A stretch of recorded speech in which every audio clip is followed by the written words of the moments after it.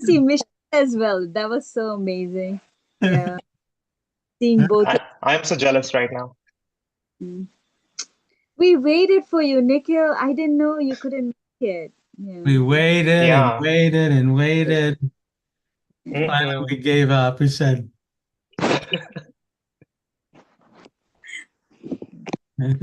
All right. So we are live on YouTube. Welcome, everybody. It's Monday morning. We are working with the book, The Invocation of Presence, Chapter 4, Second Wind Phenomena. And I'll start sharing my screen. yeah, I have it marked where we left off last time. Nice. Mm.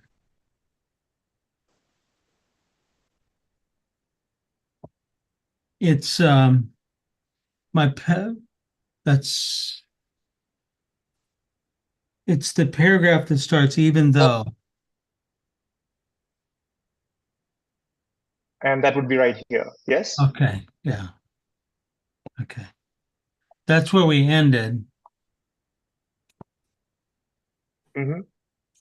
Okay, so however you want to proceed is fine. Okay.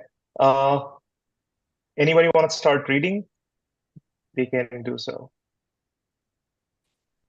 Yeah, I Alka, you want to take a stab at it? Could start reading, but I was wondering if it is it possible to kind of summarize it into 3 lines, what we were going through in the previous? Yeah. Your mic is very low. Your volume is very low for me. Me And so I don't too. know. I don't know how it will record. Okay, so I will try to speak louder. Does this work? Or should I use a mic? Yeah, I can hear you now. It's a little bit better, yeah. Okay, the Okay, now this second, should be better. oh, that's good. Yeah, thank you.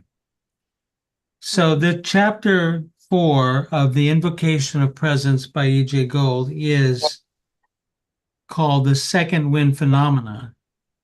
And the beginning of the chapter, he begins a discussion of the physical concept of the second wind phenomenon, which is the most common one is the runner. They tired, and suddenly you get a second wind and you can just keep going. Well, he's attributing that to, and he's basically saying that there's not a psychological, I mean, a physiological issue there. It's all mental, mental projection. Now, then he's saying you can do the second when it's that we may achieve the second wind phenomena with the attention itself of invoking a presence. Okay. In order to do that, you have to realize that you're asleep. And then you have a contrast, and you can go, oh my gosh, look, I am. That's as soon as you start that concept, and particularly if it becomes automatic to notice that you're asleep, you have a catalyst. And in the West, the catalyst is called the Holy Ghost. And I asked if there was such a thing in the Hindu pantheon, and I think it'd be more like just the Atman, the Atman, uh, or Puram, I guess.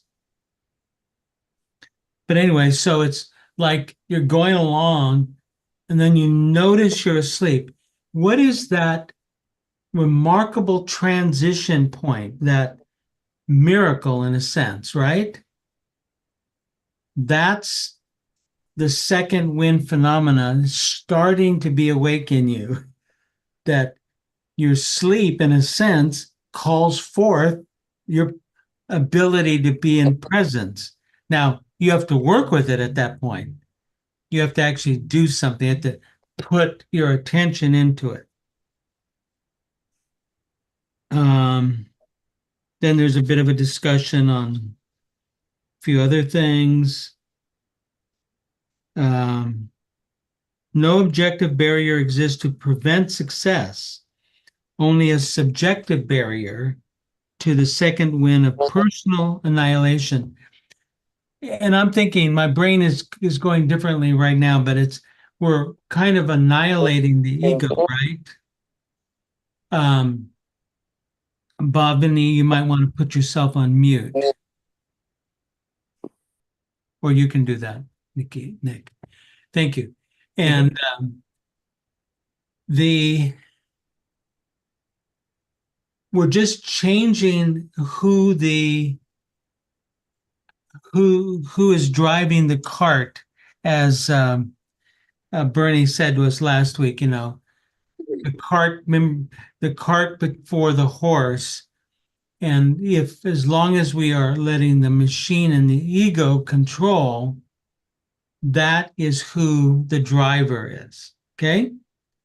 So gradually, by increasing the amount of elbow room you give to the presence, it becomes the driver. And then the second wind phenomena starts to become, and let's just read this paragraph that's eventually, let's just read that paragraph right there. Eventually, although it may take a very long time before one attains permanent presence and the corresponding unveiled vision, one is able to adjust to this vision while still performing activities of the machine, taking responsibility for them. That's a big deal, recognizing the objective unreality and at the same time the subjective reality of the phenomenal vision and its invocational apparatus, appearing as ordinary objects, treating everything encountered with respect and care, as if they represented something in the unveiled vision, as in fact they do. So let me ask you this. So we have this thing about, particularly, I just went, as I think I mentioned to you, I just went through the Bhagavad Gita, and now I'm going through Vivekananda's book on 4 yogas. And, there's just the constant, when Krishna's talking to Arjuna and he's saying, God is everything, right? God is everywhere. Everybody's in God. You are God. God is in the glass of water. Okay, well then, who are you? I mean, on this screen right now, even though there's 2 Michelles, we have 1, 2, 3, 4, 5, 6, 7 different avatars. And they're different. So I am a different expression of the Atman than everybody else. And my day will bring me the challenges and the opportunities for my karma all day long, don't they? Of my particular work. So making the invocation of presence a second wind phenomena is the beginning of this chapter. Thank you so much. That's beautifully explained. Thank you, David, for that. Yeah. Thank you so much, David. That was really beautifully explained and very It's clear. hard to hear you. A little louder. Allow me a second. I'll put on a mic because my headphones battery died. Okay.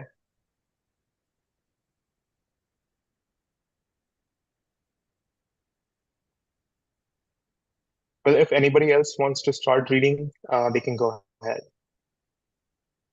I can read. Yes, ma'am. Okay. Eventually, right? Yeah. Eventually, although it may take a very long time before one attains permanent presence and the corresponding unveiled vision, one is able to adjust to this vision while still performing activities of the machine, taking responsibility for them, recognizing the objective unreality and at the same time the subjective reality of the phenomenal vision and its invocational apparatus appearing as ordinary objects, treating everything encountered with respect and care as if they represented something in the unveiled vision, as in fact they do. Even though individuals within the phenomenal vision are simply shadows passing over the face, they represent the presence and the present mood of our endless Creator. When one is awake, one can respond to this, knowing exactly how this vision represents the mood in the moment.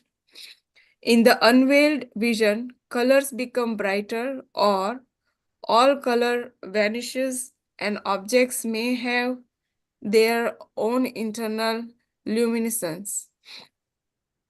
Vision becomes sharper, clearer, but individual objects will seem at the same time somehow more indistinct, more distant, more a part of a larger living whole than an isolated solid object. Sensation will intensify and everything will seem clearly connected to everything else and to oneself. Objects and events will take on a new meaning, perhaps many different new meanings. None of these effects will seem at the time contradictory, although later they may not make rational sense. A faint sound of choral music or high-pitched buzzing may occur, alternated with periods of muffled, deadened silence. Movement of any kind may tend to be sluggish, similar to the slowed down actions of a mind. The atmosphere may seem fragrant and honey-like. Along with this may come a feeling of euphoria or elation. Everything seems delicate and exquisite, Exquisite. exquisite. A feeling of warmth and friendliness seems to emanate from all objects, which seem suddenly alive, possessing their own definite consciousness. The attention of the surroundings upon you becomes very obvious. There may be an occasional urge to giggle or laugh aloud at the irony of it all, and at the same time, a feeling that the stillness and hushed atmosphere ought to be maintained as in a church. There is a profound feeling that you know something very great but inexpressible, and at the same time, an exalted indifference to it all.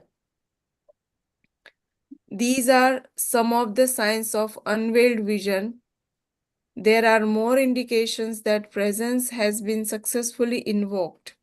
Some of these indications may lead directly to temporary or permanent placement in a home reserved for very special people just like yourself.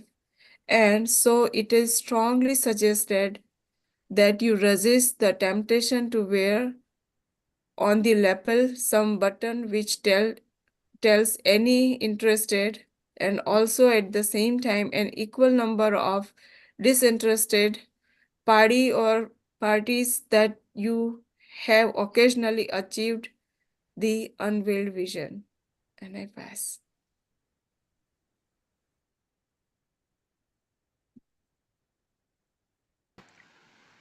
Can we speak about this last paragraph? Go ahead. No, I mean the group discussed it. Sure. I think it's an irony, of course, Jay, this last sentence. No? Yes, it is. you can you talk about it a bit?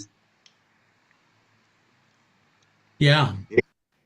I mean, he refers to something that we have to take attention and care because it's something dangerous, socially dangerous when we achieve this state. Because you know the phrase the loco, the crazy sees too much, no? And if you see too much and you try to express that, um, the irony, the irony that is talking EJ, no? Yeah. Is the group aware of this sentence, this irony? I mean, I'm asking the group.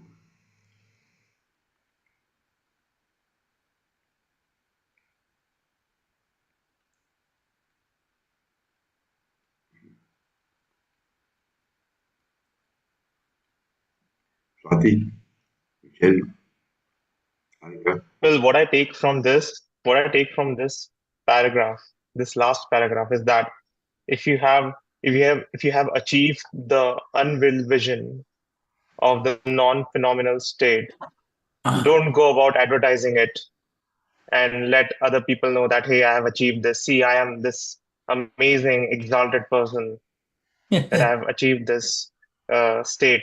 See, I'm better than you, or I'm better than all of you, and stuff like Give it a try.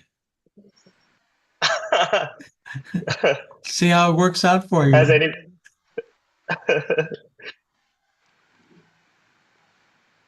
But I think that the what you're saying, Nikhil, is that experience will come only after that we will like overcome all those things that who am I, or I mean in that sense, like the ego would be gone, right? Then only that vision will open up. So anyways, we won't be going there and And another way to look at it, that's right, Swati, exactly, bang on. But another way to look at it, you are seeing the world differently. Because you're seeing the world differently doesn't mean that you're right. It's just that you are seeing it differently.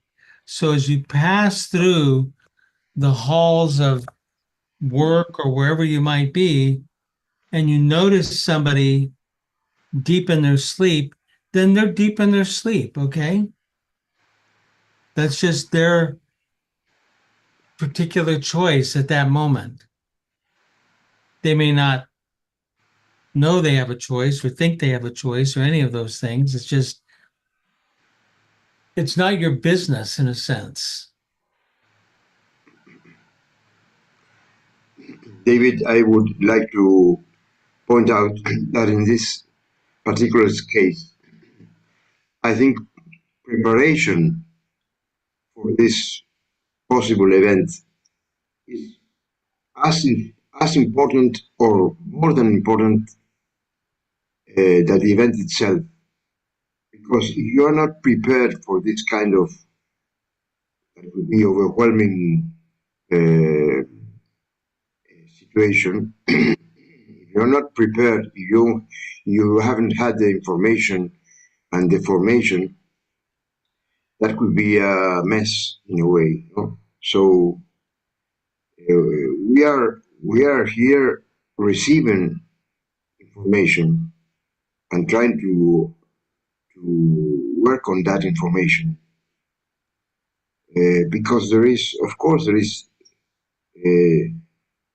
a danger, not danger. I mean, it's an uncharted territory for all of us.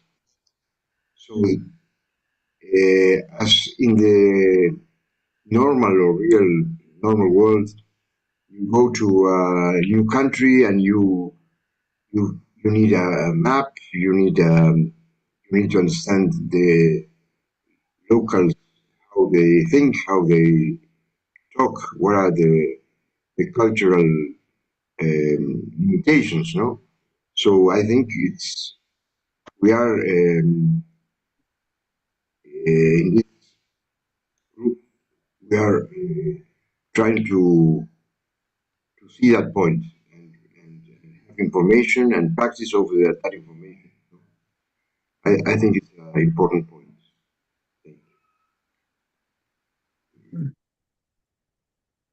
I think what Bernie is saying is really critical. We are entering into an undiscovered country. It's uncharted land. There are no normal maps for it. You're here joining yourself with other people who you realize do have a common map. And so you say, oh, I want to be part of that. There's something here that you recognize. Okay, well, when you go out, that's here. We can speak that language. But when you go out into the normal world, they may not see that about you at all, but they might. They might see it in a very subtle way. But so what you can do is know that you're a voyager moving through those spaces. Does that make sense?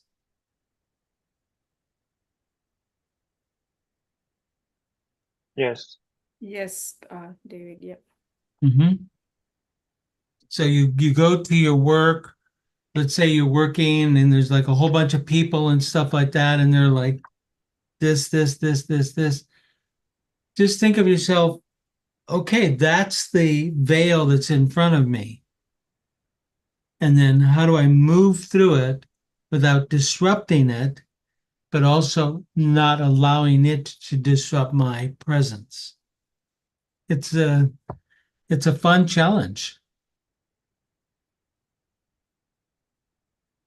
I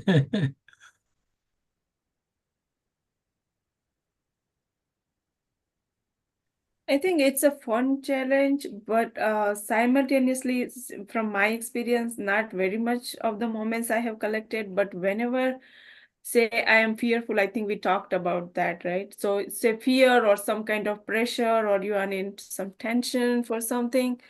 And the very moment when you become a present, it relieves you, like, from everything like anxiety, fear, pressure, everything, and you are so relaxed, and as if, like, that doesn't matter, whatever you are carrying in your head for the work or some, phenomenal world, like, I mean to say. So yeah, it's in a way like, it gives you a lot of like peace, Mm-hmm. being. That's what I experienced some of the time, and I try to remember and try to induce my presence in those moments, and it works both the way. It relieves you from the tension there, and you get another opportunity to invoke your own presence in that moment. So it So works that like both the ways. very good. That's the catalyst that EJ is talking about in the first few pages of this chapter. The sleep state itself is becoming a catalyst for Swati to look for her presence. And the thing that's looking for it is the magic. That's the Holy Ghost or the grace or the beginning of second wind phenomena. It's kind of around all the time.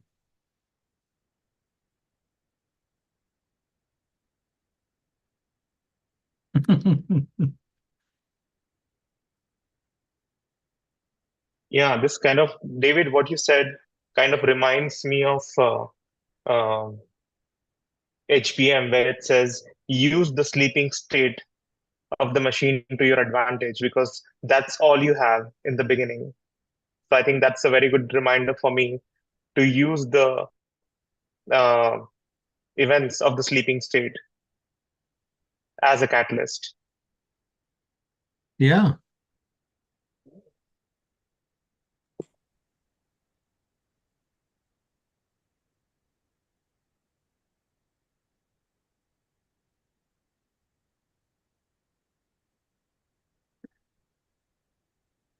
The beautiful thing that we're offered in this chapter and in the other literature that EJ offers us is the working tools we need. They're our own sleeping machine. Isn't that crazy?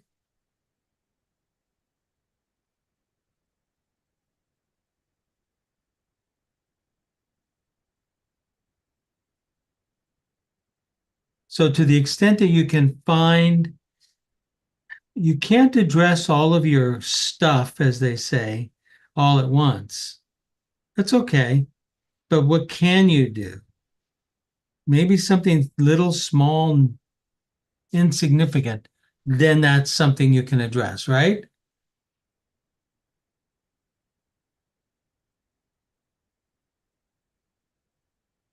I think, I told you the story about this woman in one of these groups I had, just a regular, modern, middle-aged, smart woman, but she'd go to the store and,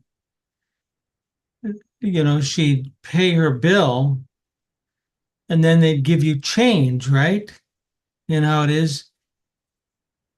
You hand in your currency, and then they give you any change from what she was couldn't handle understanding the change process. She would freeze up. Okay. So that was like an easy external sign for her to use in terms of, having a catalyst, having an opportunity every time she goes to the store. She was the main shopper in the household, so 2 or 3 times a week, there she was. That exact same thing. May not be change, it may not be anger, it may be who knows what it is. We want the big giant ones, right?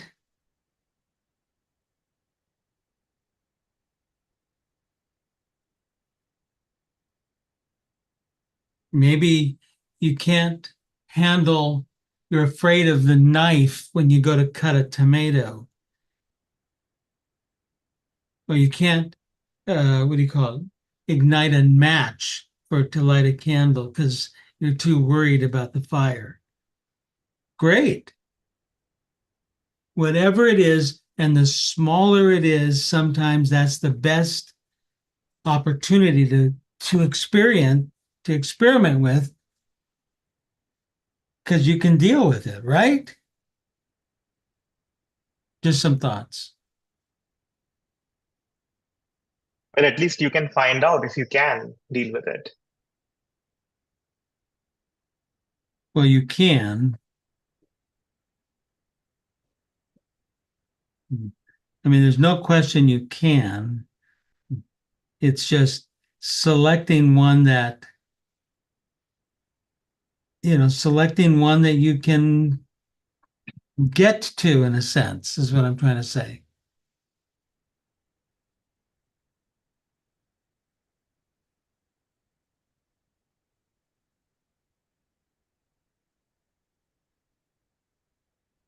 Um, Should we move on to the next chapter?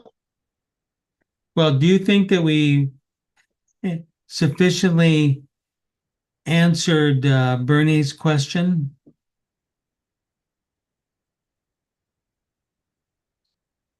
Can you say Bernie, the you want to question? answer that? Hmm? Can you repeat the question, please?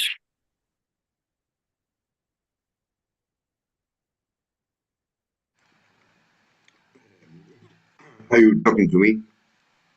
Are you asking me? Well, David asked if we have sufficiently answered Bernie's question. Your question, Bernie. What do you think, From Bernie? my point of view, yes, we have explored it. I know not exactly the answer to the question. We have explored it and we have talked about it. I feel it's good for me. Yes. I don't know if Michelle um, has understand it, but I can repeat it. Michelle, Yeah, I just wanted to hear your question again one more time. yes, it's not exactly a question. Yes, in a way, but um, I wanted to know, and I wanted to know the group understood the last paragraph, the irony that EJ is accustomed to finish some of the chapters, that whenever we are able to achieve a special state of awareness, say, we have to be careful not to get too much excited and share it with anyone, because I said that there is a phrase that in Spanish is el loco ve demasiado. In English is crazy sees too much. And AJ is saying that there is a special place for people who are believed to be mad, no? The asylum. And that was not a question. I was answering my question myself, that in this, let's say, workshops or studies, group studies, the preparation for that possibility of awareness is as important, sometimes more important than the awareness itself, because we we are being informed, and the information is crucial, because even the information is not the realization itself; it's help for the realization. That is the question and the answer to myself. Thank you. I Thank you. really like what you said, Bernie. I really like that. The preparation for for the awareness is more important than the awareness itself. Mhm. Wow. And we are doing Yeah, that that makes so much exactly, sense. right? We are Yes, we are preparing all for working on that. it. Yes, aren't we?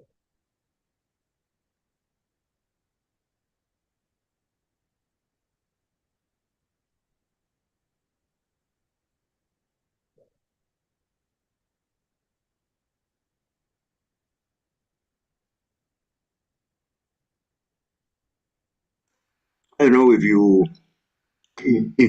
sensed it or realized it, but this teachers or sages or wise wise teachers, they stress, at least I've seen that reading in many books, many literature, the need of having common sense. That is the most uncommon sense we, the HBM has. But the, anyone that gives some attention and some minutes to this information sees that it has a lot of common sense, because the analogy of when you are a tourist and you go to places that you don't know, you have to take some information with you before you go there, no? The temperature, the currency, a map, the language, the kind of customs. You don't go to, for example, to the east of or Arabic places and they eat in a special way. They eat something that we don't understand. They move different ways that we do. Also, when they come to the States or to America, they need to. But this is also in the spiritual matters. There is an analogy, no?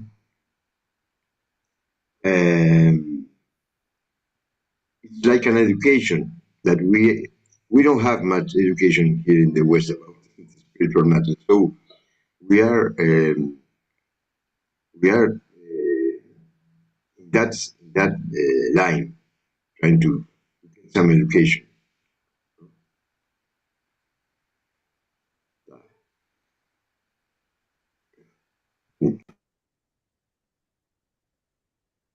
Yes, I like your example of the getting new currency and maps and all the information that you would need to move into a new place.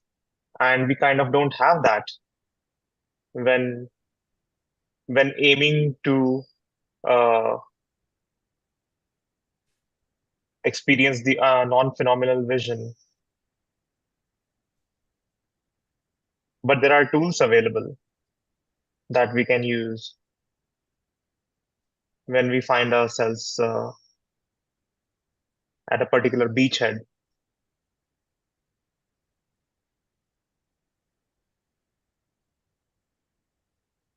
So there are some challenges, but there are some helps that are available as well.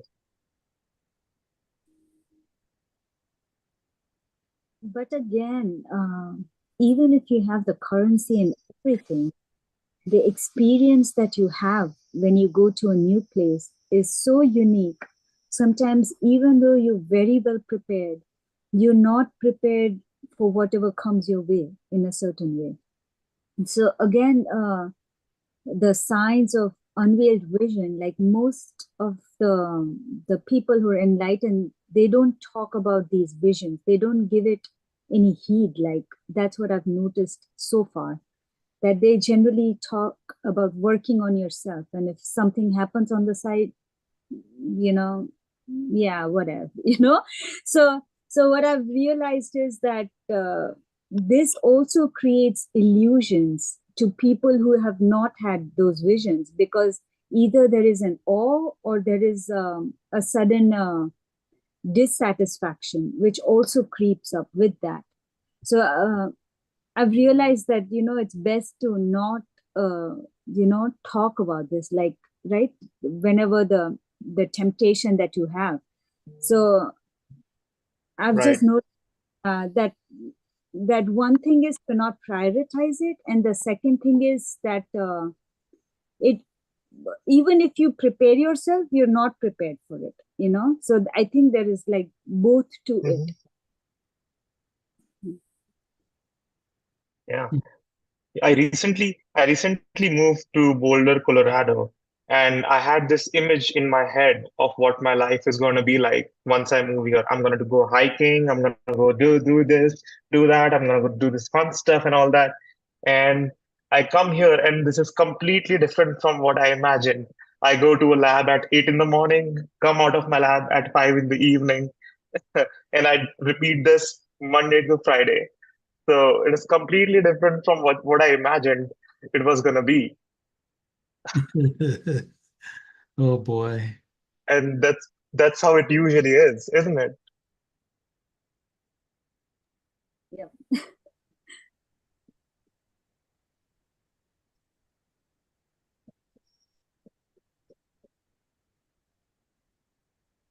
Uh-oh. It says a serious confession. Now I'm very interested. Wow.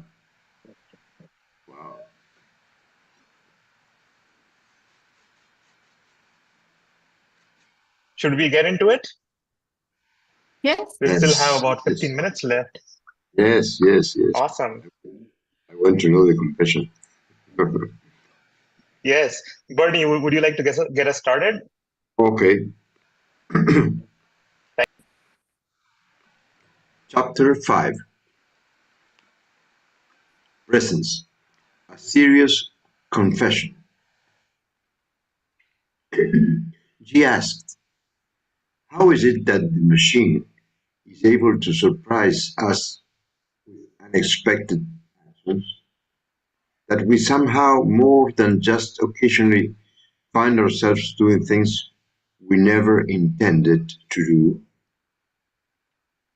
Several students started to answer, and G motioned them to be still.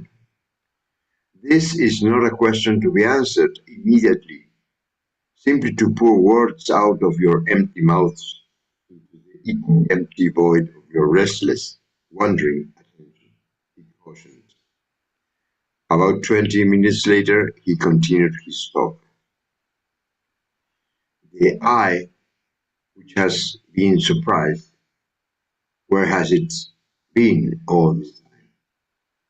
Why does the non-phenomenal presence fail to exert continuous authority over the machine? Why is the machine able to initiate full deeds far from my highest intentions and strongest goals, appalling and even devastating in their totality of personal and impersonal effects without our knowledge or consent? And why is it that even when we are aware of crimes of the machine against our work destinies, we are seemingly unable to exercise even the smallest authority to make the machine obey our supposedly conscious intentions?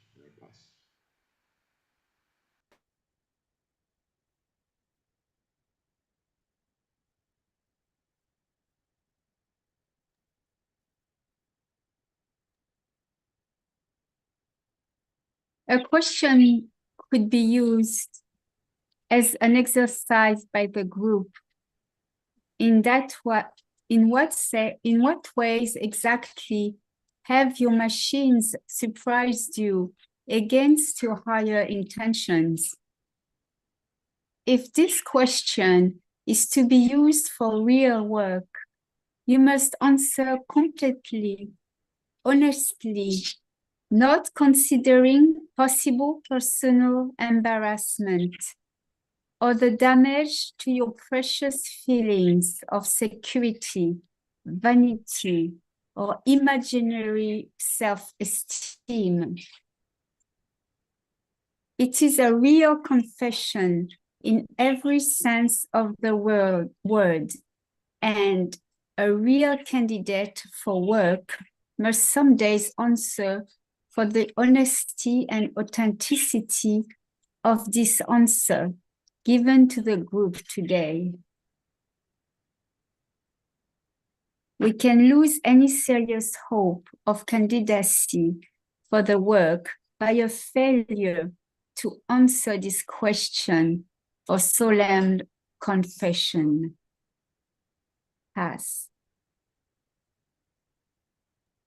Lies, omissions, or refusal to answer are serious self-crimes.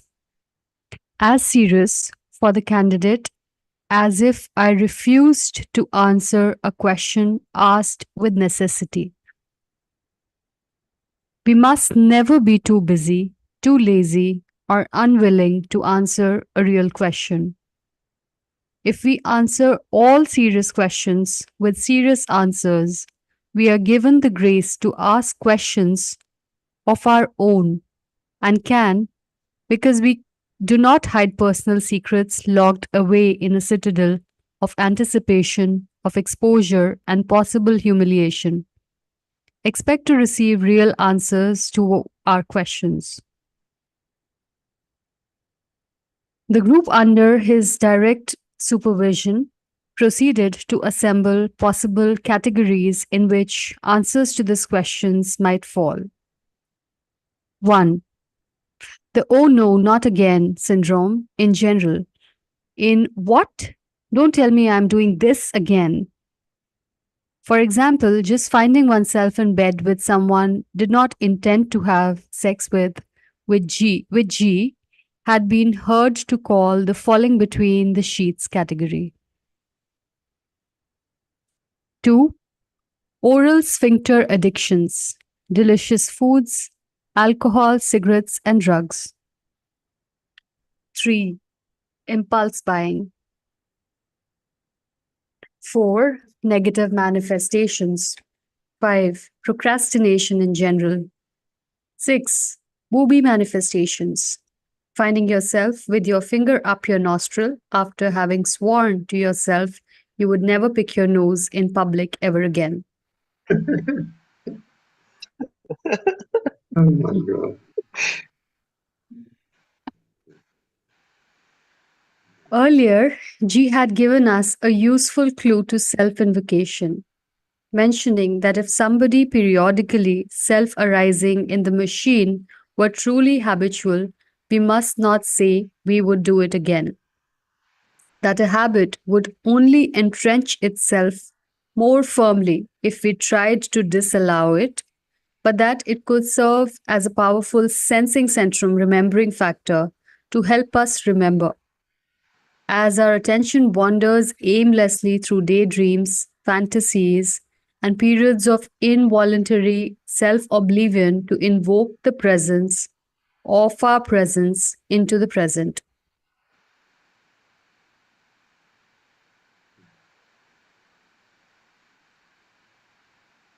In this sense, as a remembering device, which works because it contains definite, noticeable sensations, usually sensations of some form of remorse, our habits, and even our complete lack of authority over the organic machine become invocational tools for the evolution of our being.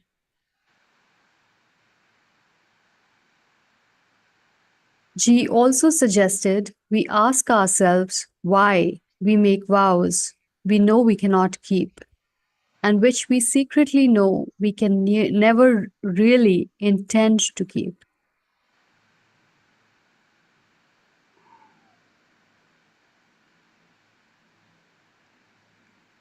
This is a chapter that we have Wow. to work on it. It's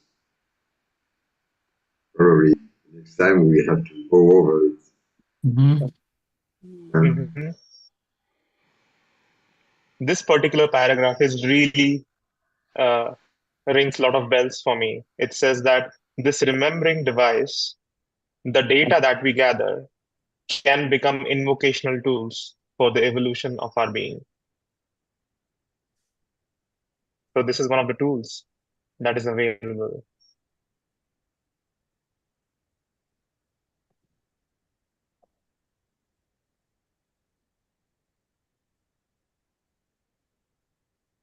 And the 5 points are so amazing. Yes.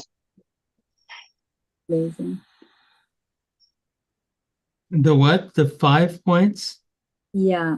I mean, The the 6 six, points. 6. yes. I once was in a group and the leader asked me to say these particular, it was like a list like this. And I forgot I didn't forget that. I forgot one in particular. That was the one I truly had trouble with. Mm.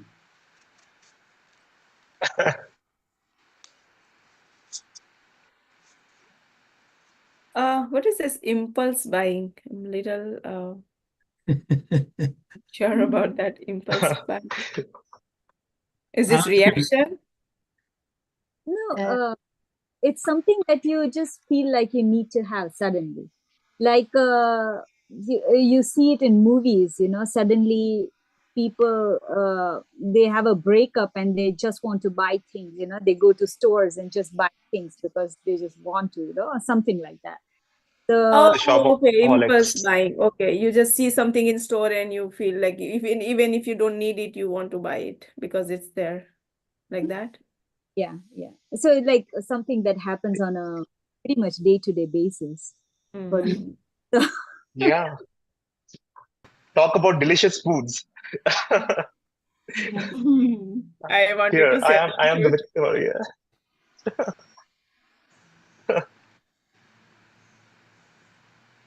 Yeah. I think all those points they have a kind of reward about could make you feel good or feel like it could make you feel good, but at the same time it's not. So it's kind of interesting.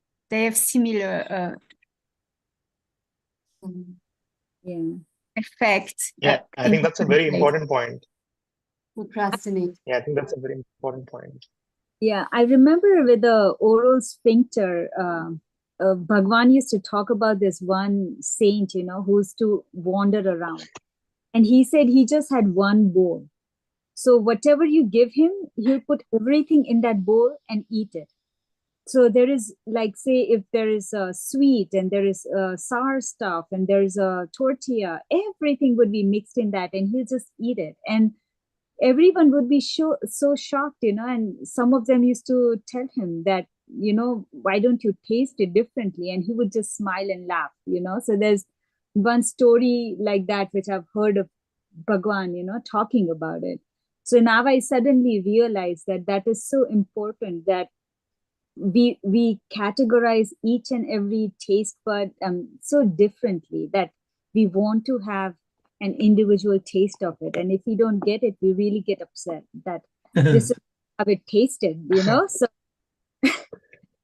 Yeah. it's, Even like Yeah. Bhavin, if you know the Swaminarayan Sampradaya sadhus who are initiated into that cult, they are not allowed to eat or taste anything in specific. They have same thing. They have a wooden ball. Whenever, like, if I invite them to my house, they will come up with their bowl. Anything I want to serve, everything will go in that ball. They will just mash it up and mix together and they'll eat, so that they cannot taste anything in particular. Even though we cook that, something that really is tasty and people may like, but they have that that is their rule, that they cannot taste anything individually. Hmm.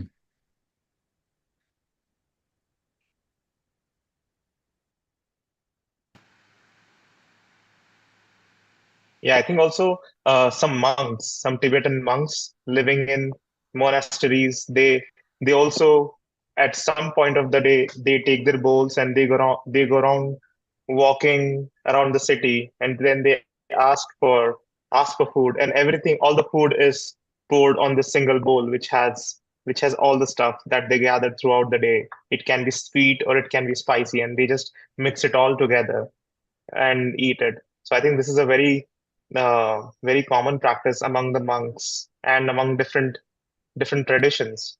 So I think there is something to be learned from that. Not that I would apply it because I don't want to mix my sweet and spicy. no, I did try it for a while, because I was in Vrindavan and there was this one saint, he was doing that. And he took us to, because I was living in his house for a night or two. I think it was just one night, but I remember that he served it to us and I felt, why not, copy it? And then I realized there was a certain beauty to it. And not only that, he even washed his own plate with the water and he'll drink that water, and he told me, do it, and I actually went ahead and did it. So this was, yeah, it's something which is a common practice, I believe, Michelle. In a lot of the cultures, like even Buddhism, I think they have this, because Buddha used to go with just a lota, just a wooden bowl in his hand. So, yeah. Is it also about not being fussy and picky and just be grateful for the food that's given to you in that way also? Is as a practice? Or? Mostly what I've realized is that it kills that the very part, your pickiness, so the first attack is your senses. That's what I realized when I did it personally myself.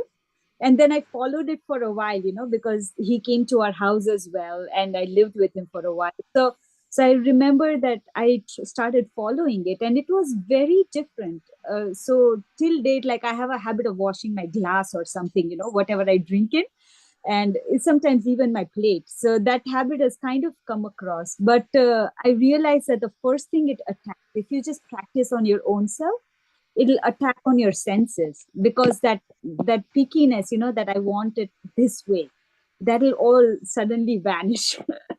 And it'll take a while to like it, but you realize that in that dissatisfaction, you learn to appreciate things, suddenly, like it's you start feeling the textures of sweet and the sour and everything. So you have like an overall picture. That's what I felt when I did that. Yeah. Thank So you. what's the question that EJ is asking in this book here? Those 6 units are a response to what? Find instances where your machine is acting like you'd never imagine it to. Like you never what? Like you'd never imagine it to act like. Okay. I think the instances where the machine is acting against our higher aspirations, and it's going against it in some ways. So the chapter title is A Serious Confession. So there's something about confession here, right? Now we're over time, but let me just real quickly. The term confession is from the Western. It's a Western concept in Western Christianity, meaning literally you confess your sins to the priest in the Catholic Church. I don't know how they do it in the Protestant church, but concept is you literally confess your sins to another. And it doesn't necessarily have to be this group, but you actually literally have to get it out of your mouth. Okay. And what that does when you do that, you're saying 2 things. One, you're saying to the machine, there's a new sheriff in town. Okay. I'm watching you, big boy.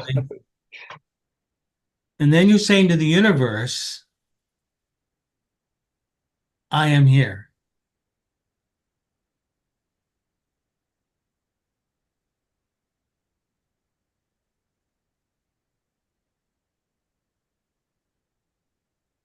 That's a lot of topic to discuss next week, because very interesting. The saying that the confession is good for the soul, that is something that the Catholic Church and the Christian Church have made use a lot negatively, of course, no? Yeah. Because, Yeah. but anyway, it's an interesting exploration that we can make next week. I think we can stay a bit in this chapter. I already have some excuses lined up why I'm not going to do this exercise. Oh, no, again, please. Yeah. So this is what I'm going to say next week. I'm going to say, I thought it was better to wait rather than to do it wrong. Um, I didn't know you meant today.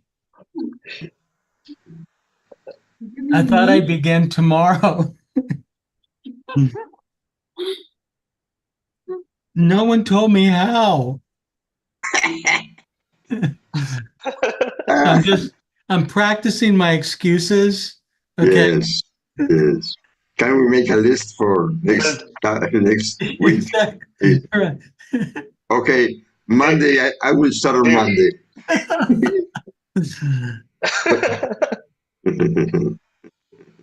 Yeah, uh,